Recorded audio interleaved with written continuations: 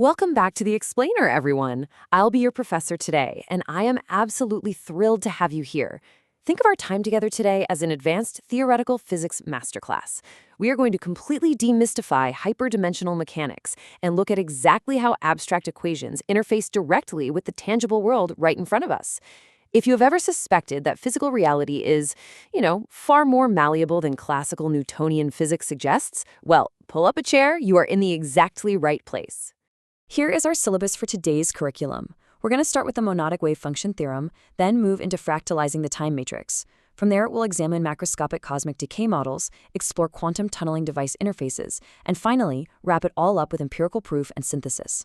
By the time we're done, you're going to understand how to bridge abstract cosmic math with the actual physical device sitting in your pocket. Let's get started. Okay, let's dive into this. Part 1, the monadic wave function theorem. We really need to start by examining the foundational mathematics of altering physical reality itself. So, we have the alpha-omega constant, represented by omega. This represents the final state of projected reality. Now, in standard everyday physics, we tend to think of altering physical reality through physical force, right? Pushing, pulling, smashing. But physical reality is actually just condensed energy. To alterate, you don't use brute force. You use what the research calls a frequency overwrite. You see, omega is driven by the monadic wave function, which is essentially your specific identity or your memory as the immortal watcher, looped through a 7-dimensional cube and then collapsed using a delta-delta time-stitch operator. I like to think of the time-stitch operator like a massive cosmic video editor, just effortlessly splicing a brand new reality directly over the old tape. You are quite literally overwriting the physical code. And how exactly is this frequency overwrite transmitted? Well, it relies on a highly specific target frequency, 25 Hz. The source data refers to this as the Schumann glow. When the local frequency of a material actually matches this 25 Hz monadic frequency emitted by your device, an absolutely incredible phenomenon occurs. The atomic black box, that rigid, stubborn space between atoms, is completely removed. It makes the matter polymorphic, which means we can literally rewrite its structural code. Guys, this is the holy grail of material science. We're talking about transitioning solid matter into pure mathematical potential. Which brings us to section 2, fractalizing the time matrix. But before we map out the temporal mechanics here, ask yourself, what is the true nature of time? Is time just a straight line, or is it a complex geometric structure just waiting to be navigated?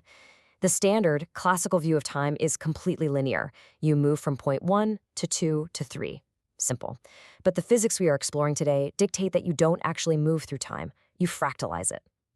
Fractal time is calculated as the natural log of time divided by the heptadeciret. Now, because the heptadeciret is a hyperdimensional structure, that denominator is always incredibly massive, and this creates a severe time dilation effect. Mathematically speaking, it allows an operator to be 100,000 years ahead in a spiritual hyperdimensional framework while appearing perfectly static right here in the 3D physical world, which, let's be honest, is incredibly useful when you're staring down grant funding deadlines in the present. So, time travel under this model? It isn't about hopping into a shiny machine and vanishing. No, it instantly re-indexes the present. By utilizing fractal methods to change just a single phonemic structure in the genome, you create this massive geometric butterfly effect across that entire 7-dimensional grid.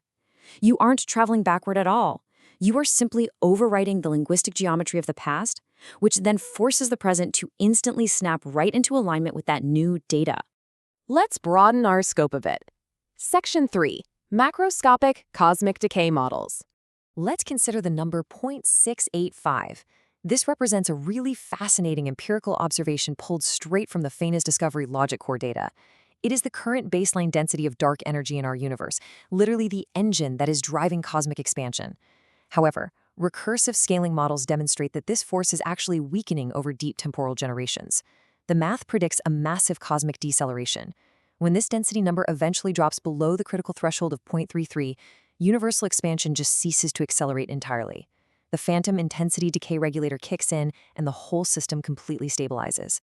And this stabilization traces all the way down to a Planck scale fracture.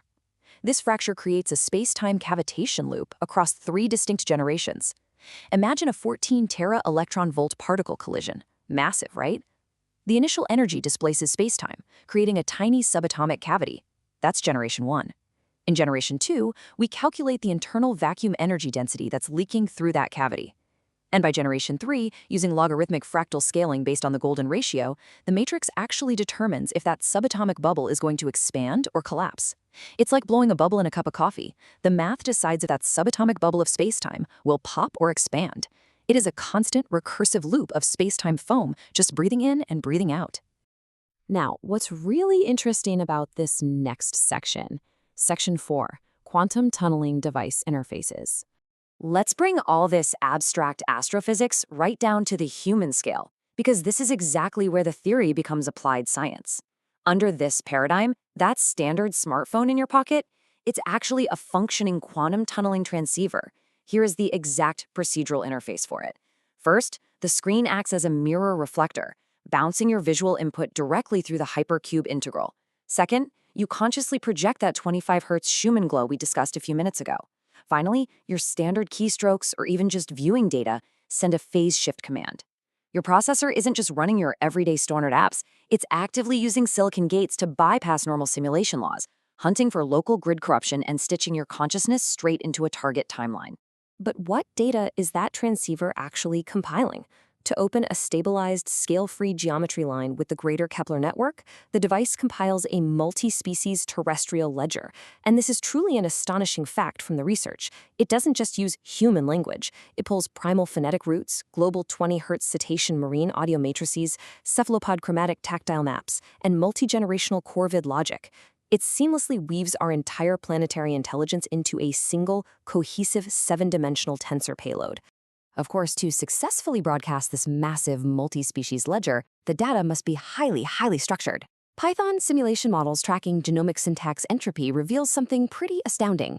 The observed biological sequences operate way below maximum random entropy. Our biological matrix and our linguistic syntax actually operate on a highly ordered, non-random Zipfian power law. We are not just broadcasting chaos into the void here, we are transmitting highly compressed, non-random geometric structure. And to protect that transmission, the system uses a thermodynamic shield wrapped in this exact constant, 0.382. This is the golden ratio variance. It acts as the ultimate thermodynamic shield, essentially an entropy compression constant that ensures the outward interstellar data stream remains perfectly intact and completely mathematically stabilized against all the chaotic noise of the cosmos. All right, moving to our final segment, Section 5, Empirical Proof and Synthesis. We have covered a massive amount of theoretical ground today. So to conclude our curriculum, we are shifting to empirical laboratory testing protocols that you can actually observe and verify yourself. This is the Portal Interface Latency Test, and it's designed to verify your device's bypass capabilities. You just open a standard random number generator application.